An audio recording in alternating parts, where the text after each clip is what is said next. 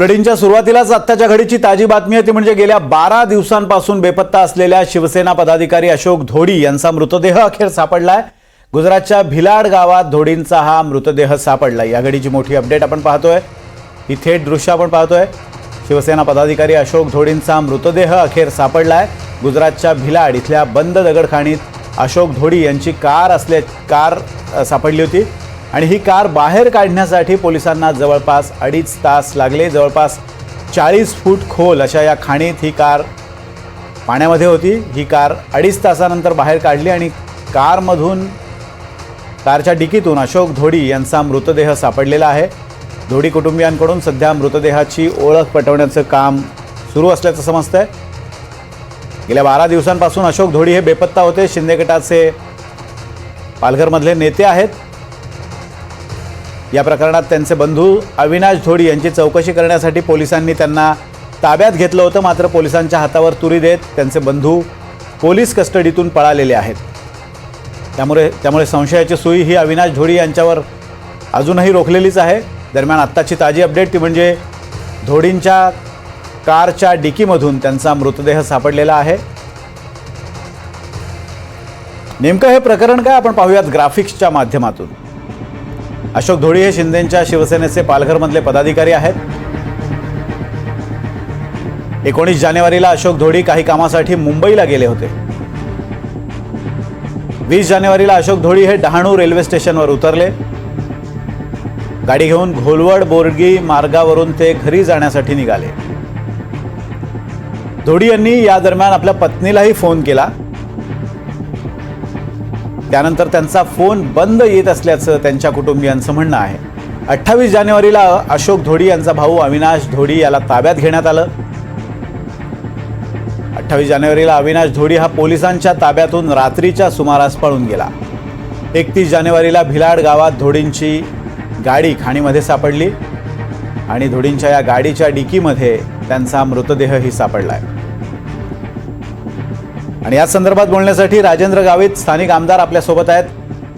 गावितजी, अशोक धोडी यांचा गेल्या 12 दिवसांपासून शोध सुरू होता। सुरुवातीला अविनाश धोडी यांच्यावर हा संशय होता आणि ज्या पद्धतीनं नाट्य घडलं, अविनाश धोडींना ताब्यात घेण्यात आलं आणि त्यानंतर ते पळून गेले। एकूणच हा सगळा प्रकार संशयास्पद वाटतोय। तुमच्यापर्यंत काय माहिती आली आहे? ऍक्च्युली अशोक धोडीचा मृतदेह गेल्या 12 दिवसानंतर आज म्हणजे 20 तारखेला म्हणजे त्याचं अपहरण झालं आणि गेल्या 12 दिवसानंतर या ठिकाणी ही जी बॉडी आढळून आली।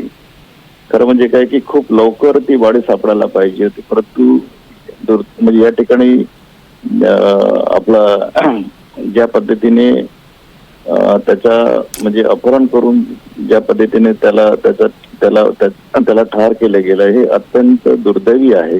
आणि दोघेही सख्खे भाऊ आहेत आणि सख्खे भाऊ असताना त्यांच्यामध्ये अशा पद्धतीने एक त्याच्यात वैमनस्य कायमस्वरूपी राहणं आणि त्याच्यात शेवटी मृत्यूपर्यंत जाणं हा एक थोडस सामाजिक दृष्टिकोनातून जर बघितला की आदिवासी माणूस हा एकमेकांना ठार मारण्यामध्ये कुठल्याही प्रकारे धजावत नाही, मात्र इतरांनी त्याच्यावर जर समजा अन्याय केला, अत्याचार केला तर त्याच्यावर फारसा म्हणजे प्रतिकार करत नाही, त्याला तो घाबरतो।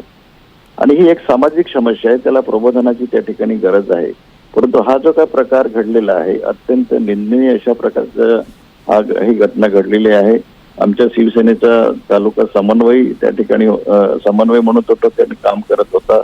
सर्वसामान्य जनतेसाठी, गरिबांसाठी तो धावणारा होता आणि अशा पद्धतीने अशा कार्यकर्त्याचं अशी निर्गुण म्हणजे आपलं खून होणं हे म्हणजे आमच्या दृष्टीने आणि समाजाच्या दृष्टीने निश्चितच हा चिंतेचा विषय आहे। गावितजी, तुम्ही म्हणताय की दुर्दैव आहे किंवा हा चिंतेचा विषय आहे, पण पोलिसांची भूमिका, या भूमिकेवर सुद्धा अनेक प्रश्न निर्माण होत आहेत। विशेष करून अविनाश धोडीला ताब्यात घेतल्यानंतर ज्या गलथानपणानं पोलिसांनी त्याला वागवलं आणि त्यानंतर तो पळून गेला, पोलिसांच्या भूमिकेवर सुद्धा कुटुंबियांनी आक्षेप घेतलेला आहे, संशय व्यक्त केला आहे। पोलीस सुद्धा यामध्ये सामील असल्याचं म्हटलं जात आहे।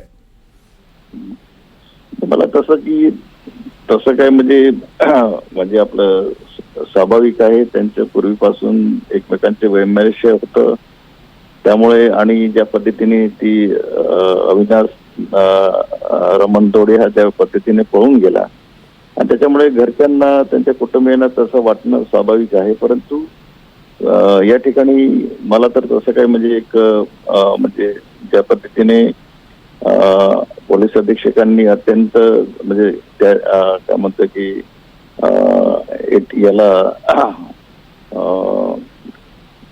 एलसीबीला म्हणजे त्या ठिकाणी एलसीबी कडे ती केस दिली आणि त्यांनी त्या ठिकाणी शिताफीने त्या ठिकाणी याच्या सडा लावला. पोलिसांनी छडा लावला असं तुम्ही म्हणताय. धन्यवाद गावितजी आमच्याशी बोलल्याबद्दल. गणेश नाईक पालघरचे पालकमंत्री आपल्या सोबत जोडले जात आहेत.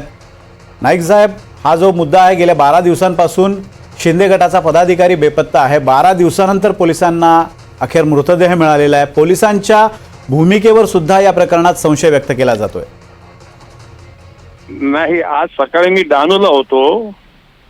मला त्या ठिकाणी अशोक ढोळींचे कुटुंबीय, त्यांची पत्नी आणि मुलांनी माझी भेट घेतली आणि मग मी त्या ठिकाणचे पोलीस अधीक्षक बाळासाहेब पाटलांना सुद्धा बोलवलं आणि त्यांना त्या बाबतीमध्ये अतिशय ते गांभीर्याने तपास चालूच होता.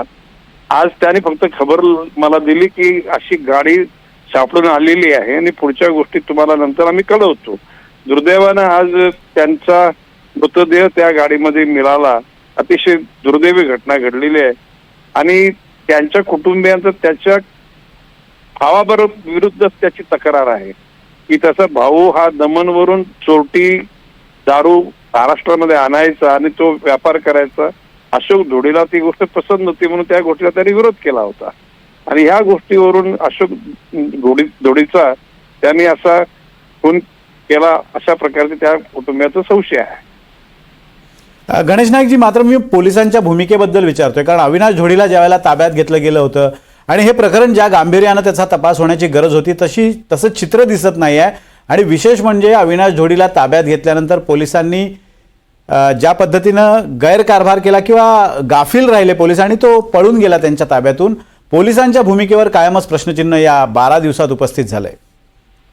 नाही, बाब असे पोलिसांनी त्याला पकडला. तर प्रश्न असा की तो स्वतःला निरापराध दाखवत होता आणि पोलिसांनी शेवटी तो पळून पुढे जाईल. ज्यार्थी तो पळून गेला याचा अर्थ तो संशय त्याच्यावर पक्का आहे आणि निश्चितपणे त्यानेच केला असा प्रकारे त्याच्या कुटुंबियाची शंका आहे आणि म्हणून त्या अनुषंगानं योग्य तपास करून माननीय न्यायालयासमोर नेऊन या घटकांना कठोरात कठोर सजा मिळावी अशा प्रकारची मी भूमिका पोलिसांना घ्यायला सांगितलेली आहे. धन्यवाद नाईक साहेब, आपण आमच्याशी बोललात त्याबद्दल. गणेश नाईक पालघरचे पालकमंत्री आहेत. अशोक ढोळी यांचा मृतदेह अखेर सापडलेला आहे आणि पोलिसांच्या भूमिकेवर ढोळी कुटुंबीय असतील किंवा इतरही सर्वच समाजाच्या स्तरातून एक संशय व्यक्त केला जातोय. पोलीस ज्या पद्धतीने या प्रकरणाच्या तपासात लागले होते किंवा ज्या गांभीर्यानं पोलिसांनी हे प्रकरण हाताळायला हवं होतं त्या गांभीर्यानं पोलिसांनी हे प्रकरण हाताळलं नसल्याचा आरोप पोलिसांच्या भूमिकेवर सुद्धा केला जातोय.